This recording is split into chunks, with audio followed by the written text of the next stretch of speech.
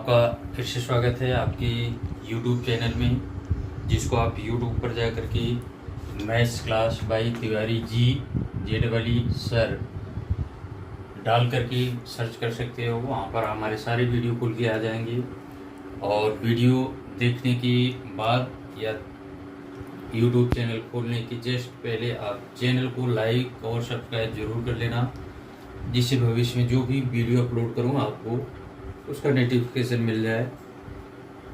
देखिए, हमने polynomial start कर दिया है। चैप्टर नंबर 3 में 3.1 कल हमने उसका पहला क्वेश्चन कराया था। आपको बताया था कि 3.1 में दो क्वेश्चन पहले दूसरे में से एक क्वेश्चन जरूर बोर्ड में पूछा जाता है। 3.1 का पहला क्वेश्चन कल कराया था, उसमें कई सारे क्वेश्चन थे। दूसरा क्वेश्चन आज करा रहा हूँ। देखिए, दूसरा क्वेश्चन है क्या, एक द्विघात बहुपद ज्ञात कीजिए। मतलब अब की बार द्विघात बहुपद ज्ञात करना था। पिछले में द्विघात बहुपद आपको दिया था, शून्य ज्ञात करना था। द्विघात बहुपद ज्ञात कीजिए जिसके शून्यकों का योग तथा गुणनफल क्रमशः ये हो। देखिए, ये शून्यकों का योग और गुणनफल है। पहली संख्या शून्यकों का योग है, दूसरा क्या है, गुणनफल है। ये जो भी द्विघात बहुपद आएगा दोनों शून्यकों का योग है और ये क्या है, उनका गुणा करने पे आया है। हमने माना है कि द्विघात बहुपद ax² + bx + c है। स्टैंडर्ड फॉर्म यही होता है द्विघात बहुपद का। और ये भी मान लिया है कि मानक बहुपद के शून्यक अल्फा व बीटा है। प्रश्न के अनुसार शून्यकों का योग मतलब अल्फा प्लस बीटा। और ये क्या होता है, कल आपको बताया था मैंने, पिछले वीडियो में है। शून्यकों का योग क्या होता है, -b/a। और इसका मान इन्होंने क्या दिया है, -3 दिया है। दूसरी चीज है, शून्यकों का गुणनफल क्या है, c/a होता है। ये चीज पिछले वीडियो में हमने बताया था। शून्यकों का योग क्या होता है, -b/a। शून्यकों का गुणनफल क्या होता है, c/a। और इसका मान इन्होंने 2 दिया है।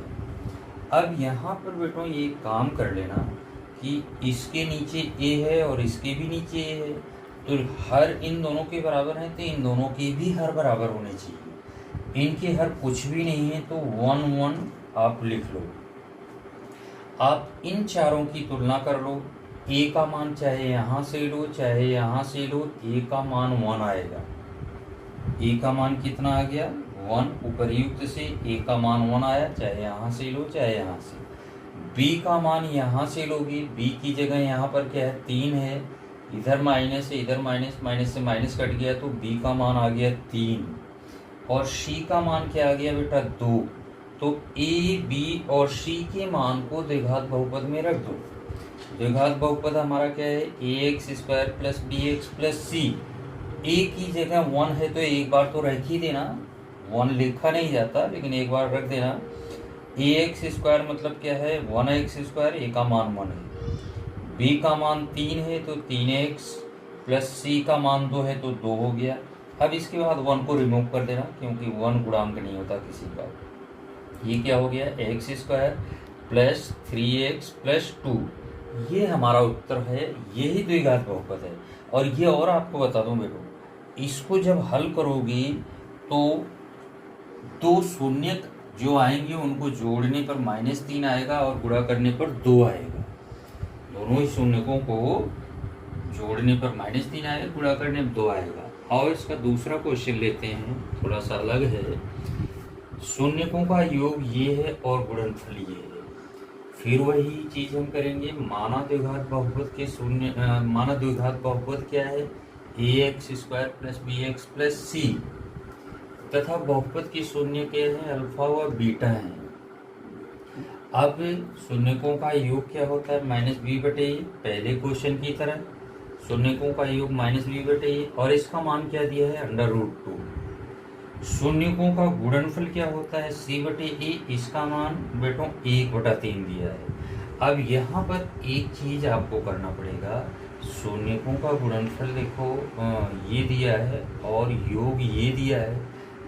हर दोनों के बराबर हैं लेकिन यहाँ हर बराबर है नहीं, इसलिए हर को हमें बराबर करना पड़ेगा। तो यहाँ 3 है, इसके नीचे कुछ भी नहीं है, तो इस √2 में 3 का गुणा कर दो तो ये क्या हो गया 3√2 और नीचे 3 हो गया। अब हर दोनों के यहाँ भी बराबर हैं और यहाँ भी बराबर हो गया। अब a का मान कितना आ गया, चाहे यहाँ से लो चाहे यहाँ से लो, a का मान 3 आ गया। b का मान सावधानी से लेना, यहाँ पर बेटा माइनस का भी है, यहाँ बिना माइनस का है तो ये माइनस उधर चला जाएगा, तो b का मान क्या हुआ -3√2। b का मान -3√2 आ गया। c का मान 1 आ गया। अब द्विघात बहुपद में a, b और c के मान रख दो। द्विघात बहुपद क्या है, ax² + bx + c। a की जगह 3 रखा, 3x² -3√2, क्यों, b का मान 3√2 है, माइनस का है तो ये डायरेक्ट माइनस हो जाएगा, प्लस c का मान 1 है। तो यही द्विघात बहुपद है। और एक आधे क्वेश्चन और करते हैं, फिर तीसरा क्वेश्चन करेंगे। क्वेश्चन और लेते हैं। शून्यकों का योग बेटों 0 है और गुणनफल √5 है। फिर वही तरीका, ये सिंपलेस्ट तरीका है। आप बुक में देखोगे तो बहुत उटपटांग तरीके से किया है, ये आपको अच्छे से समझ में आएगा। वीडियो अच्छी तरह से देखना। माना बहुपद क्या है, ax² + bx + c है तथा बहुपद के शून्य क्या है, अल्फा और बीटा है। प्रश्नानुसार शून्यकों का योग इन्होंने दिया है 0। शून्यकों का योग क्या होता है -b/a और ये 0 है। शून्यकों का गुणनफल क्या है c/a और ये क्या है √5 है। अब देखो इन दोनों का हर बराबर है, इन दोनों के पास हर नहीं है, तो दोनों के नीचे 1 डाल देना। a का मान चाहे यहाँ से लो चाहे यहाँ से लो, प्रयुक्त से a का मान 1 आया, b का मान 0 आया। ये माइनस उधर भी जा करके 0 एक ऐसी संख्या है बेटा जो कभी माइनस नहीं होती, तो b को 0 ही लेना पड़ेगा। c कितना आया √5, यहाँ से लो, c बराबर क्या है √5।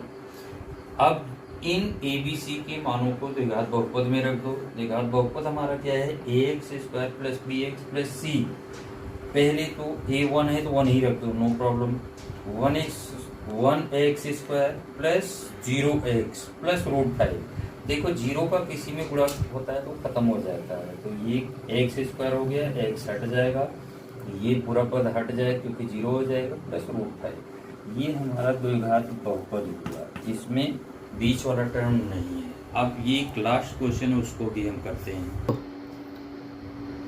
इस प्रश्नावली का अंतिम क्वेश्चन है तीसरा, जो बहुत इंपॉर्टेंट है, ध्यान से देखना, बहुत सरल तरीके से मैं करा रहा हूँ।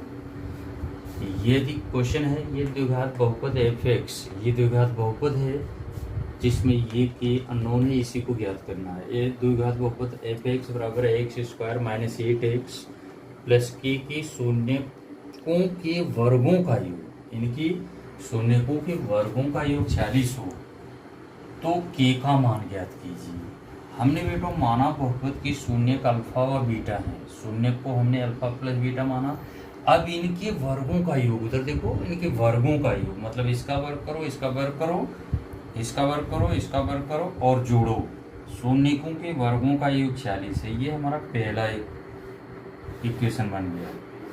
शून्यकों के वर्गों का, प्रश्नानुसार शून्यकों के वर्गों का योग 46 है और हम जानते हैं कि शून्यकों का योग क्या होता है -b/a। शून्यकों का योग अल्फा + बीटा बराबर -b/a। अल्फा + बीटा बराबर क्या है माइनस फार्मूले वाला, और b का भी मान -8 है। देखो यहाँ शून्य में यहाँ a1 है, b -8 है, c k है, तो माइनस ये फार्मूले वाला और b भी -8 है, a का मान 1 है, a का मान देखो यहाँ 1 है, तो अल्फा + बीटा बराबर क्या है, माइनस अंदर जाके प्लस कर देगा, 1 से भाग देने कोई फर्क नहीं पड़ेगा, अल्फा + बीटा 8 आ गया। तीसरा अल्फा × बीटा मतलब शून्यकों का गुणनफल क्या होता है c/a। अल्फा × बीटा ये ऐसे रहा, c देखो abc k/1, शून्यकों का गुणनफल क्या है k/1, तो अल्फा + बीटा बराबर क्या हो गया k। 1 से भाग देने पर कोई फर्क नहीं पड़ेगा।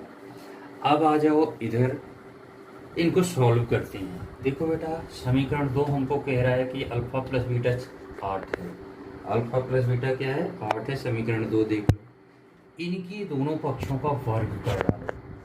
अल्फा + बीटा का होल स्क्वायर बराबर क्या है 8 का वर्ग 64। अब ये देखो एक फार्मूला है होल स्क्वायर वाला, A square plus B square plus 2ab, दो के साथ दोनों का गुणनफल बराबर 64।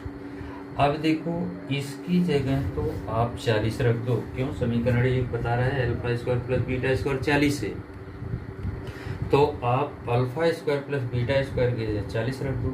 2 अपनी जगह पर है, अल्फा इंटू बीटा देखो समीकरण 3 में के है, तो अल्फा इंटू बीटा की जगह डाल दो के, 40 प्लस 2 के बराबर 64। 2 के को इधर ही रहने दो बेटा, 40 उधर जाके घट जाएगा, साइन बदल जाएगा 40 का। 2 के बराबर 24 हो गया, 64 में से 40 जाएगा तो 24 होगा, तो के बराबर क्या हो गया 24/2। के का मान कितना आ गया 12 भाग देने पर, यही आपका उत्तर है। बहुत इंपॉर्टेंट क्वेश्चन है। अब हम नेक्स्ट वीडियो में मिलेंगे जो आपको 3.2 प्राप्त होगा।